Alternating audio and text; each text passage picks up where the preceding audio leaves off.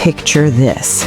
It is 1905, and you're standing on the dark, windswept Uasin Gishu Plateau in the dead of night. The silence of the Kenyan Highlands is broken only by the rustle of tall grass, until suddenly you see it.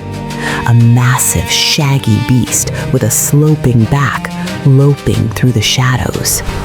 It doesn't look like a lion. It doesn't move like a hyena. By every law of biology, there should be no bears in sub-Saharan Africa. And yet, for centuries, the Nandi people have lived in fear of a creature so terrifying, they call it the Chemosit, which literally translates to the devil. The legends are chilling. They say it stands like a man, slaughters livestock with a single blow, and possesses a gruesome appetite for only one thing: the human brain. Quickly, from colonial officers to modern-day farmers, the sightings are too consistent to ignore. Is it a prehistoric survivor, a freak of nature, or something far more sinister lurking in the depths of the Mau forest? Today, we are diving deep into East Africa's most terrifying cryptid. We are breaking down the folklore, the chilling eyewitness reports, and the scientific theories that might finally explain the mystery of the Nandi Bear. Stick around, because this story goes much deeper than just a shadow in the night. To understand the Nandi Bear, we first have to look at the people who gave it its name. In the lush, rolling green hills of western Kenya, home to the Kalenjin people, this isn't just a campfire story for tourists. It is a deeply rooted part of the cultural fabric. They call it by many names: the carrot, the katit, or most famously, the Chemosit. In the Nandi language, Chemosit essentially means the devil, and for generations, that is exactly how it was treated. For the Nandi people, the Chemosit was a very real, very present danger.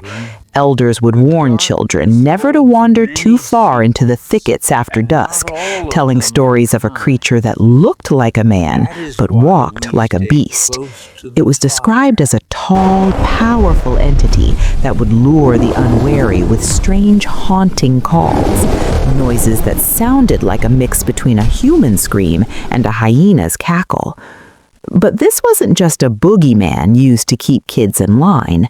The folklore is tied to the survival of the community. During the late 1800s and early 1900s, when devastating rinderpest outbreaks decimated cattle herds across East Africa, the Nandi people reported that this beast became more aggressive, bolder, more desperate. When the livestock died off, the Chemosit turned its attention toward the villages. It wasn't just killing for food. It was famous for a specific ritualistic cruelty. It would break through the thatched roofs of huts or leap over high thorn fences, ignoring the rest of the body to take only the brain of its victim. This cultural memory is why the Nandi Bear carries such weight today. To a scientist in a lab, it might be an unidentified species, but to the people of the Nandi Hills and Kakamega Forest, it represents the untamed, dangerous edge of the natural world. It is the shadow that stays just out of reach of the firelight. It is a symbol of a time when the highland forests were vast, deep, and filled with things that modern man has yet to name. If you were to come face to face with this creature in the thick brush of the highlands, what exactly would you see? The descriptions, collected over more than 1 century, are remarkably consistent. The Nandi Bear is typically described as standing roughly 4 to 5 feet tall at the shoulder. It is a massive, powerfully built animal that carries its weight in a way that feels wrong. Its most striking feature is its thick, shaggy coat, usually a dark reddish-brown or nearly black. This fur is much longer and denser on its forequarters, giving it a heavy, muscular front that tapers down to a lower, sloping rear. This is the hyena-like silhouette that eyewitnesses mention time and time again. Imagine a creature with the bulk of a grizzly, but the slanted posture of a giant scavenger. The head is where the bear comparison truly comes to life. It is said to have a long, pointed snout, small, rounded ears, and jaws capable of crushing bone with terrifying ease. Its eyes are often described as glowing with an eerie, predatory intensity in the dark. But unlike any known African predator, the Nandi bear is known to stand comfortably on its hind legs, towering over a grown man, to peer over high fences or even into the windows of huts. Its movement is perhaps the strangest part of all. While it can be incredibly fast when it needs to be, it usually moves on all fours with a peculiar sideways canter. It doesn't run like a dog or a big cat. It shuffles. It is a heavy, loping gait that witnesses describe as both awkward and deeply unsettling. But it's the behavior that truly separates the Nandi bear from the animal kingdom. This isn't a scavenger looking for leftovers. It is an aggressive apex predator with a specialized and gruesome reputation. Reports say it has the strength to tear through thick thorn fences and even heavy wooden doors. And then there is the most infamous detail of all. It is a specialist. According to legend, the Nandi bear ignores the meat and the organs of its prey, focusing solely on the skull to consume the brain. This specific, chilling trait is why the creature isn't just a predator. It's a nightmare. The evidence for the Nandi bear isn't just found in ancient campfire stories. In the early 20th century, as the British began to build the Lunatic Line Railway through the heart of East Africa, the creature moved from the realm of legend into the official reports of terrified colonial officers.